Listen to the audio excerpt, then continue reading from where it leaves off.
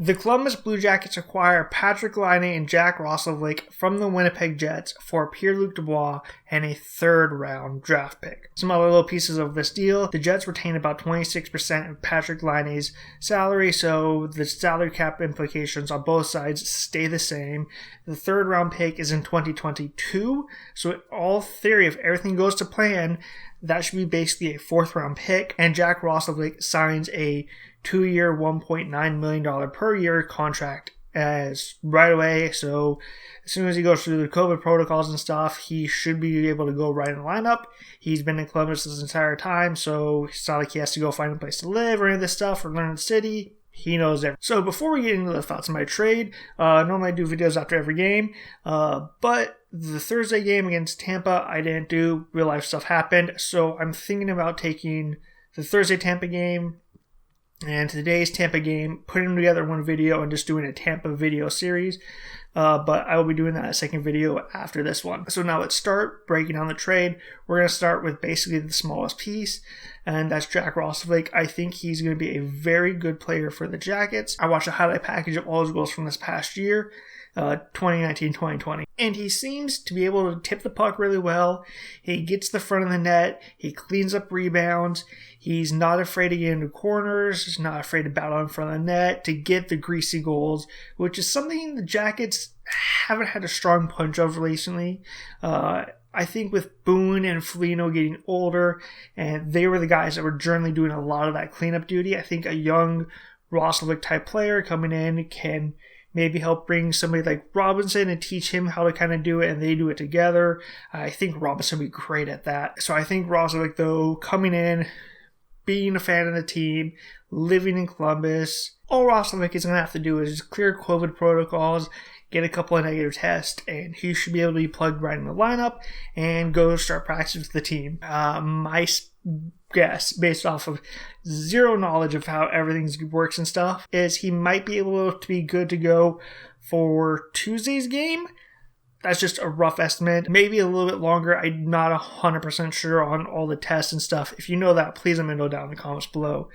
But just based off of some stuff, he should be able to at least start practicing on Tuesday. Now we move on to the two bigger pieces of this trade. We'll start with Patrik Laine, sticking with the Columbus side of stuff. For now, Columbus acquires in Patrik Laine an elite goal scorer. He can hit the puck in the net like nobody else. He has a great shot. If he is used correct on the power play, he will dramatically improve this power play. And if the power play continues to underwhelm, clearly it's not the players that are a problem. It's the same coach that's been there for years. The only thing where I'm a little worried about this is if Torts tries to make him play multiple sides of the game and tries to grow him that way. Torts needs to look at Patrik Laine the way he looked at Brett, where it was offense, offense, offense, offense. I don't care what you do defensively. Just don't put it in our own net and don't cause a huge liability. If you give up 2 goals because you sucked on defense, go score 3. And I think Patrik Laine can outscore the goals he gives up. The thing is, though, I don't know if Torts is going to be able to turn off that part of his brain that he uses for everybody, where if they make a mistake, they get benched. Torts has to do that. And if he can, and I think he can, fingers crossed there, Patrik Laine would be incredibly successful. I've seen some stuff where, Patrik Laine, he was having trouble in Winnipeg because he just wasn't getting played with correct centers. And Winnipeg is better centers than Columbus, so he's going to have a hard time in Columbus. Okay, Winnipeg has the names more than Columbus. I'll give that to you. But Columbus has Domi, who's a really good playmaker. They have Texier, who has been on fire this year. He had a great assist today. They have Foodie, who also had a great assist today.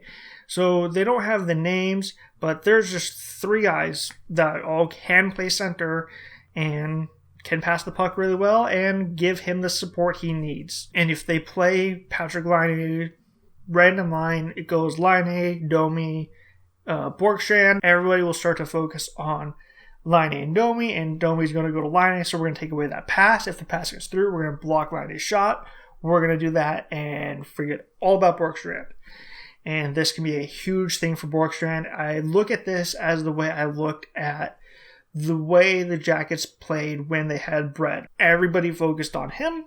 Nobody paid attention to Atkinson. And while everybody was focusing on Brett and trying to stop him, Cam Atkinson picked up 41 goals. So I think while everybody focuses on Laine, Borgstrand can pick up a bunch of goals, while Laine also fills the back of the net. So now we move on to the final piece of this deal. Winnipeg Jets fans, in PLD, you are getting a big body center who can make plays. If PLD wants to, and that is the big thing, he can turn it on and take control of a game and break the game open.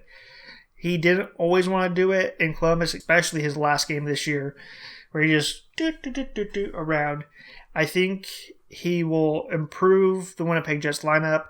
How much he improves them, I don't know. I don't know if he makes up enough for losing Patrik Laine. I don't know exactly where they're going to get the goals from to replace him. PLD can step up, but he's more of this just basically power forward type player. He's the one that's going to get in the corners. He's going to grind you down. He's going to beat you with his speed because you don't think he can beat you, and he's gone. He's got one of the coolest little breakaway things where if he gets just half of a step on a defender, the defender can be draped all over PLD and he will still put it past the goalie. He will battle him off, protect the puck really well. And PLD is a really good 5-on-5 player. He scored a bunch of 5-on-5 goals. He didn't really help out the power play, which I don't know if that's a PLD thing or if that's the power play coach thing. We will find out soon with Laine showing up. All in all, I think this trade benefits both teams. Columbus got rid of the player that clearly didn't want to be there in PLD. Winnipeg got rid of the players who didn't want to be there in Winnipeg, in Roslovic and Laine.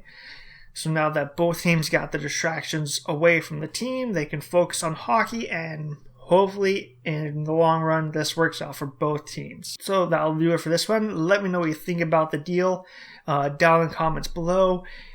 Click like and subscribe, all that fun stuff. And until I do the 2 Tampa games in one video, I will see you later.